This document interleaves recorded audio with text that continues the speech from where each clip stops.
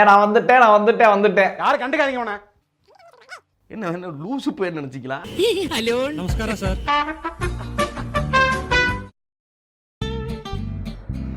Hello guys, எப்படி இருக்கீங்க? எல்லாம் நல்லா இருக்கீங்களா? தண்ணி குடிச்சிங்களா? போன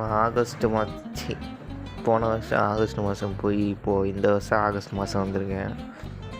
அதாவது கூலியில் இந்த 3 விஷயம் இருக்கக்கூடாது. அப்போ தான் இந்த வீடியோவில் பார்க்க போகிறோம். லோக்கி இந்த படத்தில் எல்சியூ பாட்டு இருந்ததுன்னா அது ஃபோர்ஸ் ஃபிட்டாக வைக்க ட்ரை பண்ணாமல் நேச்சுரலாக லைக் ஆப்டாக இருந்தால் வைக்கலாம். அந்த மாதிரி ட்ரை பண்ணலாம். நம்ம போன லியோ படத்தில் எல்சியூ ரெஃபரன்ஸ் வைக்கிறதுன்னு சொல்லிட்டு ஃபோர்ஸ் ஃபிட்டாக வச்சுருப்பார். அது பார்க்கவே நல்லா இருந்திருக்காது. ஏன்டா அப்படி வச்சாருன்னு ஏற்கனவே படமே நல்லா இருக்காது.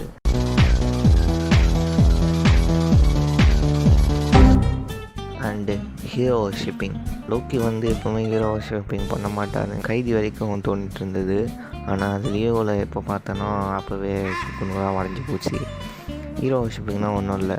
ஜெயிலில் படத்தில் நம்ம தலைவர் கலப்படுறான் அங்கே தலைவர் நேரம் அப்படி ஸ்லோ மோஷனில் வருவார்ல, அதுதான். அதாவது அந்த கேரக்டருக்கு என்ன தேவையோ அதை மட்டும் கொடுக்காம எக்ஸ்டர்னலாக கொடுத்து, அதாவது படத்தை விட்டு வெளில வர மாதிரி இருக்கக்கூடாது. ஃபார் எக்ஸாம்பிள் புரியுதுல்ல? பாட்டை போட்டே ஒரு சிலது ஸ்பாயில் பண்ணுற மாதிரி இருக்குது. இப்போ தான் ரீசெண்டாக ட்ரைலர் விட்டாங்க கூலி, இது பார்த்தேன். அதில் கூட ஒரு டைலாக் வந்தது, அரங்கம் மதுரை விசில் பறக்கவே